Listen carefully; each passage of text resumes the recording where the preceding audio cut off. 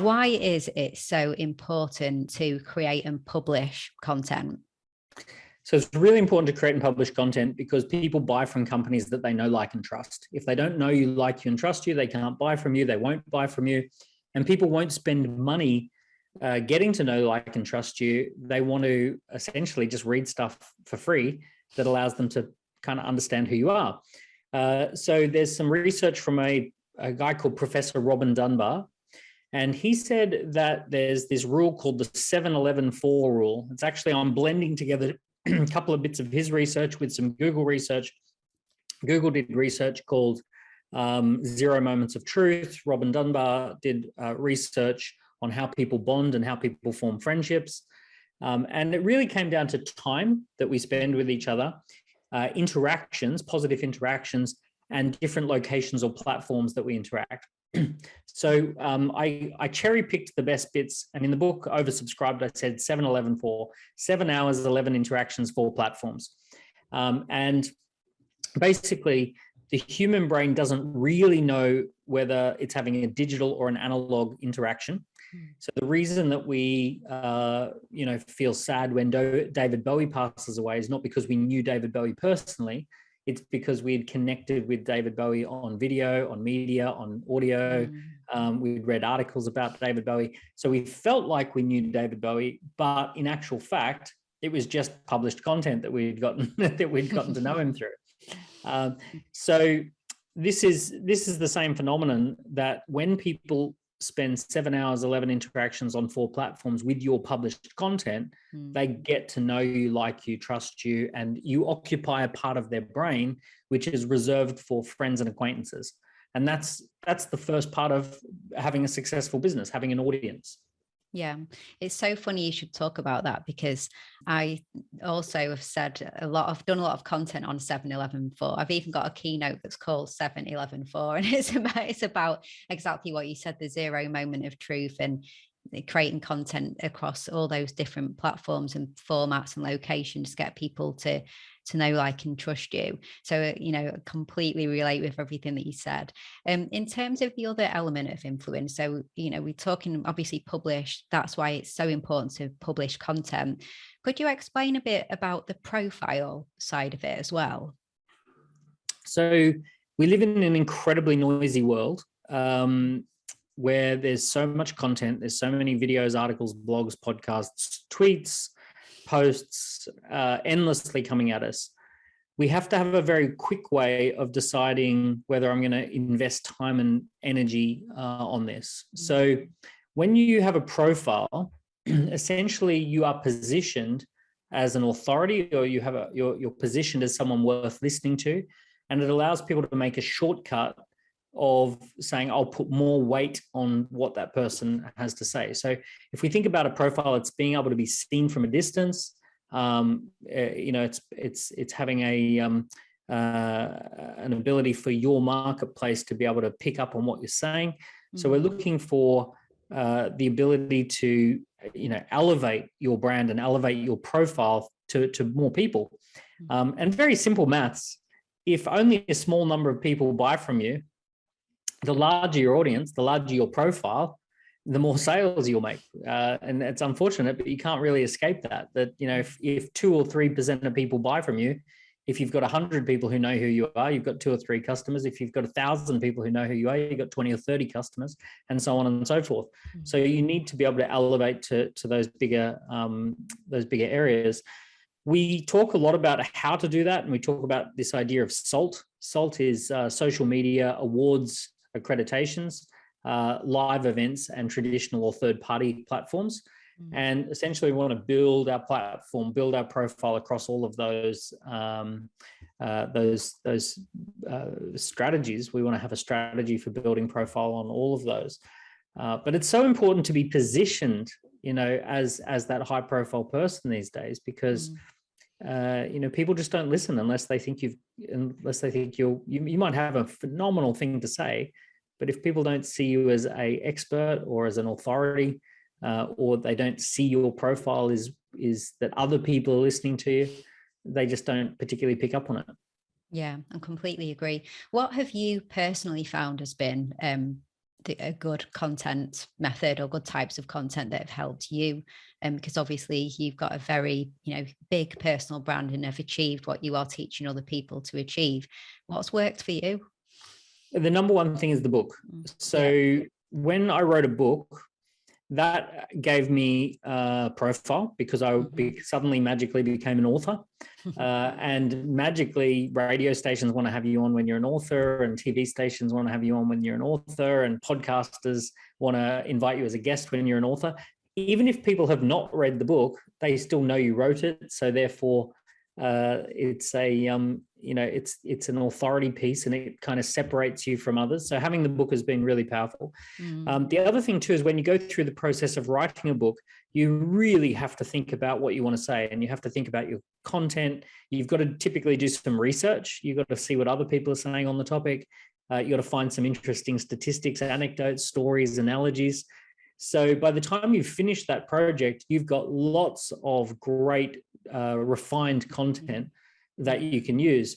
You can then break that up, as you know, repurpose it across different platforms. So I've just been writing a book at the moment called Scorecard Marketing.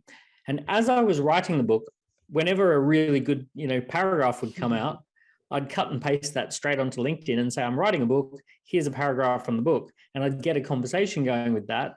And people would engage with that. And then I would kind of make it a few changes and put it back in the book. And so it's not like today a book is a central document for the whole idea, but that can be broken up into smaller ideas across lots of different platforms.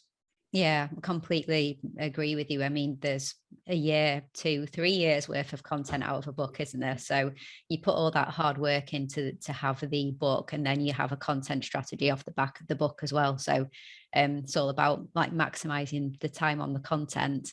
And in terms of content for personal brands versus businesses, so you have Daniel Priestley, and then you've got Dent, and you've got ScoreApp as well.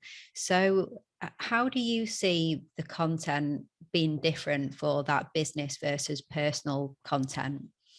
So the most top of funnel or wide reaching brand is the personal brand. That's the one that the most people are going to engage with. And there's some great numbers around this. Like Richard Branson has got 12.5 million followers. Virgin's only got 250,000 followers. Elon Musk has got 95 million followers, and Tesla's got 10 million followers. And even Tim Cook has 14 million followers, and Apple has 7 million followers.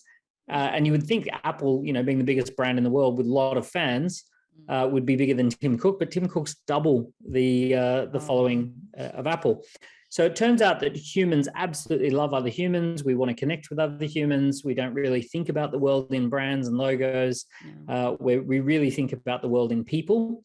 And we also judge businesses by the people who run them and own them. So for example, if a hair salon down the road, if I happen to know that hair salon was owned by a celebrity, that I admire, I'd be more likely to go there, even if I don't see them, even if they're not there personally. I just kind of like the idea of going to their hair salon. So these are very normal things, especially the big wide-reaching social media profiles. Once people want to buy from a brand, they want to check it out. They want to have a look at what other people are saying. They might want to deep dive and have a look at some of the products or services or the case studies or testimonials. So now they kind of move into going and having a bit of a look at the business brand. But it tends to be, confirming what they already know or doing a bit of research into some of the details that they're doing there. But by and large, most people don't necessarily like engaging with faceless brands. No. What do you think about, I guess, an apprehension that you must hear quite often, where people are hesitant about going too heavy on their personal branding themselves because they're worried that, that's going to become too much of an attachment to the business. So should the day come when they move on from the business, want to sell it, or that they're a leader in an organization and they're just thinking that that it can't be all about them. What do you kind of, I suppose, say to that apprehension that people often have? So it's funny. There's a motorbike analogy that I like, which is that when you turn a motorbike, you think in your brain that you would turn the handlebars the way you want to go, and that would turn the bike. But if you actually did that in real life, you would flip the bike over and it would crash. The way that you actually turn the motorbike is that you lean into the corner and you actually push the handlebars the opposite direction that you want to go to make sure that the wheel doesn't turn in. And it's counterintuitive. It's a little bit of a weird dynamic that seems like the opposite. So what's interesting when it comes to personal brands is the companies that sell the easiest are the ones that have been built by a personal brand. Richard Branson sells companies all the time. He's forever selling virgin businesses. Jeff Bezos only owns 10% of Amazon now, and 90% has been bought by other people. And Elon Musk has multiple companies now. He's got half a dozen different companies that he heads up, and his personal brand attracts phenomenal talent who run those businesses, and it attracts customers. Sometimes it repels customers more recently. But essentially what happens is once you've got a personal brand, you attract team and talent who can run the business, and you keep them for longer. You attract customers who buy from the business, and you attract ultimately an acquirer who wants to buy the business. You transfer all of that brand equity into the business. And even still, look, this week I'm actually selling a company. I'm selling one of my businesses for an amazing amount of money. It's a successful deal. And part of the deal is that I'm going to be an ambassador who does something for that business 2 or 3 times a year, where they've signed an agreement, an additional agreement on top of purchasing the company. They want to sign an additional agreement that 3 times a year they can pay me, not out of the goodness of my heart, they can pay me to do a special event with that business, to maintain some continuity. So, double whammy. That's fabulous. Yeah, that was my next question. Actually, I was going to say to you that I guess when it comes to the sale of heavy personal branded businesses, I suppose quite often that's just featured into the sale agreement, isn't it? Where, more often than not, it'll be that the owner will stay within the business for a certain tie-in period before moving on. And I guess that can be the period where a new personal brand can arise and transition through that process as well. So that's another common feature, isn't it? Well, when someone buys a business, there's 3 main things that they're looking at, which is, does this business have a team, a really great team? Normally people who acquire businesses want a team of about 40 people plus, because a 40-person team tends to have passed the point where it's dependent on any one particular person. 1 or 2 people can leave and they don't leave a gaping hole in the business. So about 40 people tends to be a minimum size for a solid acquisition, a cash deal, for example. The second thing people want is that they want to know that that business actually owns assets. So it's very unlikely that people want to buy a business where it's brokering somebody else's assets. So if you're a reseller of a product, that's a very low value business compared to if you own the product. And then finally, they buy recurring revenue or predictable revenue streams. So when you think about what role does a personal brand play, in the first instance, it attracts that team and holds the team in place. In the second instance, it develops that asset set and that you're building out assets, and that you're creating assets that run the business. In the third instance, people trust you enough to enter into a recurring revenue contract. So therefore, the business takes on that life of its own. One of the businesses that I'm growing at the moment, we're a valuable business. We're a fast growth business. We're growing at about 10% a month. We raise money at an astronomically wonderful valuation, and I just have finished writing a book for that business. And if that business is ever sold, the business owns the rights to that book, and the business can publish that book and distribute that book. And that is an asset of the business. So that intellectual property, that sales generation tool, that marketing tool, even though I wrote it, that will actually be owned by the business. So that will be seen by any acquirer as a business asset, where part of the box and dice is that they have a book that explains the concept and helps to market the business in many different ways. So it's a body of content that actually the rights of that book will be passed on with that business. That's really, yeah, the book is so intrinsically tied to the business. That completely makes sense. So yeah, it's really interesting. And can we jump over and talk about ScoreApp? So I know that's a big focus of yours at the moment. A big, I guess, first question, what is ScoreApp? So I'll give you a bit of a story. I wrote a book called Key Person of Influence, and I wrote it came out in 2010. And I had, hey, there it is, yay. I had thousands of people reading the book in year 1 and 2 and 3, but we didn't know who they were. They were just buying the book, and we knew the sales were happening, but didn't really know who was buying the book. Or sometimes when we'd have an event, we'd give out copies of the book, but we didn't know much about whether anyone had actually read it or all of those sorts of things. So in 2014, came up with an idea to put a scorecard on the book. And the scorecard was basically, it says, to get the most out of this book, start by answering 40 questions, which will highlight whether you're where you need to improve as a key person of influence. So people go online, they enter in the details, and then they enter name, email, etc.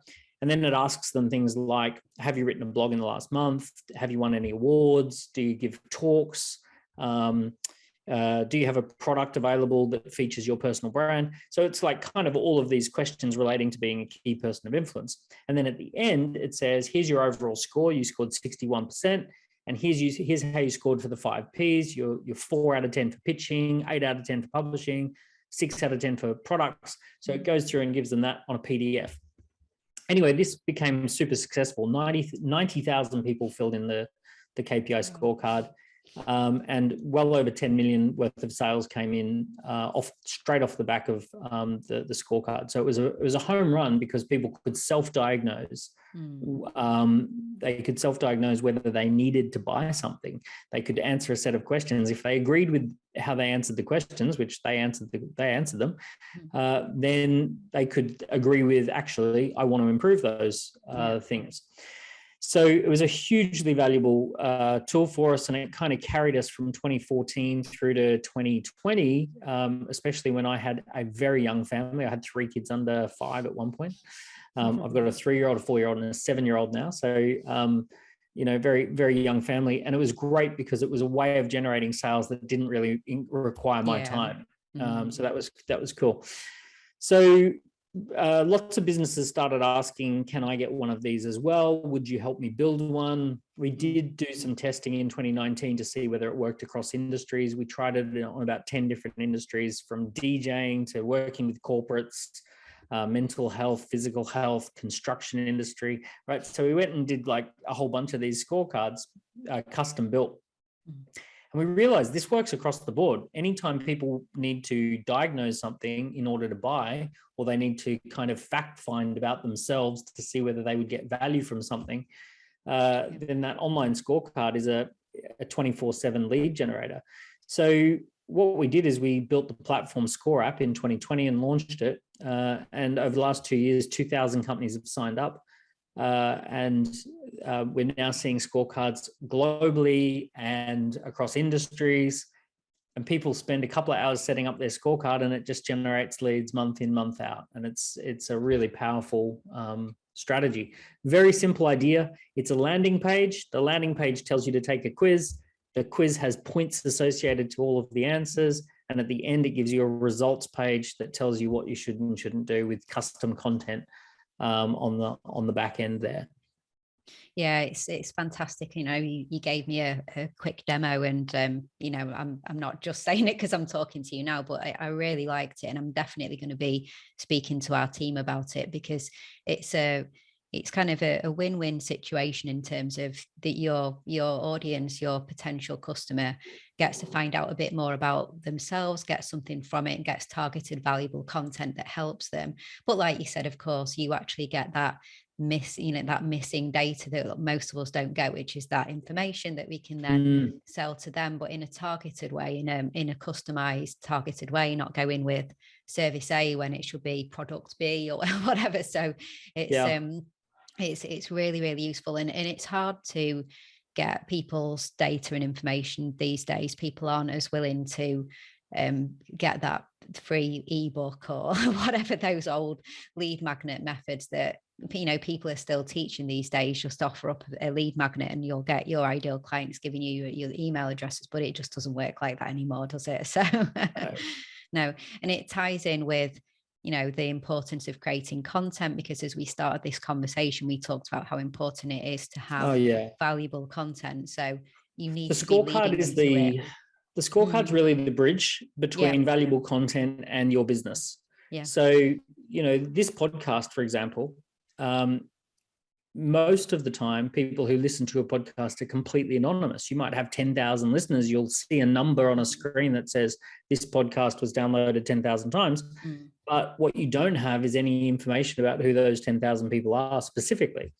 So if you sign off a podcast with next action step is to take this scorecard, take the key person of influence scorecard, see if you're a key person of influence, suddenly people go, oh, that sounds like a good action step. They fill it in. And now you've got, let's say only out of 10,000, let's say only 500 people filled it in. But what that would mean is that your business now knows exactly who the 500 people who are most engaged in the podcast are. And those are the ones to talk to. And you can talk to them about the things that they said on their scorecard. Yeah, exactly. And you just get a lot of useful information, as well as the personal data to be able to follow up with individuals and contact them and serve them content. Do you find that you also, it helps you with future content plans as well, because you're seeing these patterns in terms of what your audience is saying, and perhaps looking at the ones that went on to become clients and what were their answers and what new content should we create? Well, let's create content based on what they're telling us. I'll give you two specific examples. Yeah. We did a little scorecard the other day called the Performance Marketing Scorecard. And one of the questions was, do you know your allowable cost per lead? I was absolutely shocked that 72% said no. And then there was another question on there that says, do you have someone on your team responsible for setting appointments for your sales team, like a sales appointment setter role? And I forget the exact number, but it was like 80% said no. And so that's two pieces of content. Yeah. So I've got a piece of content that says, I recently found that 72% of experienced entrepreneurs don't know and haven't calculated an allowable cost per lead and don't know it off the top of their head. Here's why that's important. And secondly, I've discovered that 80% of my clients do not have a sales appointment setter. And here's how I use a sales appointment setter. And here's how I think you should as well. And suddenly we've got an entire conversation going based upon two standout pieces of data that I know will interest my audience. Yeah, exactly. And you can create so much with that. Like you said, you can go straight to social media. You can create a blog post and a podcast and a chapter of the next book and so on. So yeah, it's a data gathering tool that also is a bridge to your content and is also a content generator as well, isn't it? So it's all those things and more. So it's fantastic. I'm definitely going to be checking it out. As one final question, Daniel, what would you say is one of the biggest mistakes that you see people make when they are creating content to try and grow and scale their business? There's a lot of mistakes that people make. I'll start by saying that there's a very narrow path of what you should do, and there's a very wide path of things you shouldn't do. So you do not want to be busy but not productive. You do not want to be caught on a content treadmill where you're creating endless TikTok videos and no one cares and no one's buying, and you're literally spending your most valuable resource, entertaining 19-year-olds. And it's like, well, what's the point in that? So let me broaden the question a little bit to begin with. There was a magical period of time from 2007 to 2015 where any activity that you did online kind of got immediate engagement, and it to a degree got engagement from the right people. Like it sort of just all worked. And you would call that the explosive uptick of the S curve. You know, there's adoption curve and it's called an S curve. It starts off slow and then it explodes and then it hits the top and it narrows out and it kind of matures. And what most people remember is 2007 to 2015, the explosive uptick of that S curve and how valuable that was as a business tool, that you could do anything and it would kind of produce business. It was pretty cool. It was a great magical time. As that has matured, you need to have a content strategy that is really educating people as to why they need to buy from the business, giving them case studies and stories and examples. And it's signal, not noise. It says the same thing regularly. You know, for example, we go along to a Metallica concert because we want to hear Metallica music. We don't want to hear Metallica have a go at Coldplay. We don't want to hear Metallica have a chance at being Muse or the Backstreet Boys. We want to see Metallica be Metallica. And even though we've heard that song before, we like hearing that song from Metallica. So each individual needs to pick the topics that they are going to be an authority for, and they need to pretty much stay in their lane 90% of the time and just give people signal, not noise. Give people quality content, not random quantity of content. And one of the big things is people spend so much time on creating new stuff, new content, and not amplifying what's working. So I had a friend of mine in Singapore who was head of marketing for American Express, and they have a 1 to 4 rule or a 1 to 5 rule, but it's basically that for every 1 hour they spend on content, they spend 4 hours boosting it. For every $1 they spend on creation of content, they spend $4 to $5 on boosting that content. So, for example, you might spend 50 hours writing a book. Well, you need to be spending 200 hours promoting that book, and you might spend £5,000 on the creation of the book. Well, you need to spend £25,000 on the marketing and promotion of that book. So I'm seeing all these people, they're constantly every day coming up with some random new idea and they're jumping on everything that moves without a plan and without stopping and thinking about the narrow set of things that people want to hear from them, and just doubling down on that and really moving that out into the marketplace in a bigger way. You know. Yeah, I completely agree with you. It's like the shotgun approach when the sniper approach is more appropriate, basically, isn't it? Yeah, and just recognizing that it's matured. Social media has matured.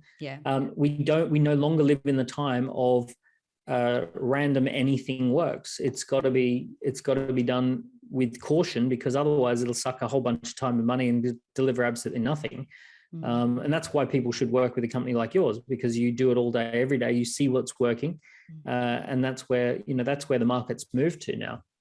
Yeah, and I mean, I love what you said that a buddy of yours works in one of the larger corporate organizations, and you know, they have a rule that for every hour spent on content, there's 4 hours of maximization, repurposing, boosting, because I just think that needs to be embedded into all of the content departments within these larger organizations. And you know, we find that often it just isn't there at all. There is just that hamster wheel approach of new. Have you seen on TV Faulty Towers? Right, you know, sometimes you're flicking through the channels and there's faulty towers. So you must think that there must be hundreds of episodes of Faulty Towers. There's 12. There's only 12 episodes. That's it. So John Cleese, he wrote 12 episodes of Faulty Towers. He produced them, 2 seasons. That's all. But oh my goodness, he is phenomenal at licensing those to every TV station that has a dead spot that they need to fill. And he has licensed those 12 episodes for millions and millions and millions, year after year after year after year. And he's not created a 3rd edition or 4th edition. He's just really maximized the value of those 12 episodes of Faulty Towers. So we need to have a bit more of a John Cleese approach. Create some good quality content and really get it out there. Yeah, I absolutely love that. I've never heard that analogy before yet. It did blow my mind when someone once told me there is only 12 episodes of Faulty Towers. I think they said, how many do you think they did? Like, I don't know, 50, 60, 100. 100. Yeah, Yeah. like 12. Yeah, we need a John Cleese Faulty Towers approach to our content. I love that. Yeah. Well, Daniel, thank you so much for coming on the show. It's been such a fantastic conversation. So thank you so much. My In pleasure. terms of any action that you would like our listeners to take, anywhere you want them to connect with you or anything like that, what would you like that to be? So here's fun. Okay. Take the key person of influence scorecard. So if you do a Google search, key person of influence scorecard, it'll come up and you can see exactly what happens and how it works. And then if you like the idea of creating something like that, check out ScoreApp.com. Yep. ScoreApp.com, ScoreApp. And you can build your own scorecard. And normally it takes it takes an hour or two to set up a scorecard, and then it lasts for years. It can sit there generating leads month in, month out. So I'd encourage people to test it, see if it works, do a free trial, no contracts or anything like that. So if it works, great. And if it doesn't, you just switch it off. Brilliant. Okay. Well, thanks so much. I'll put the links to both of those in our show notes. So thank you so much. It's been such a great conversation. Thanks, Amy.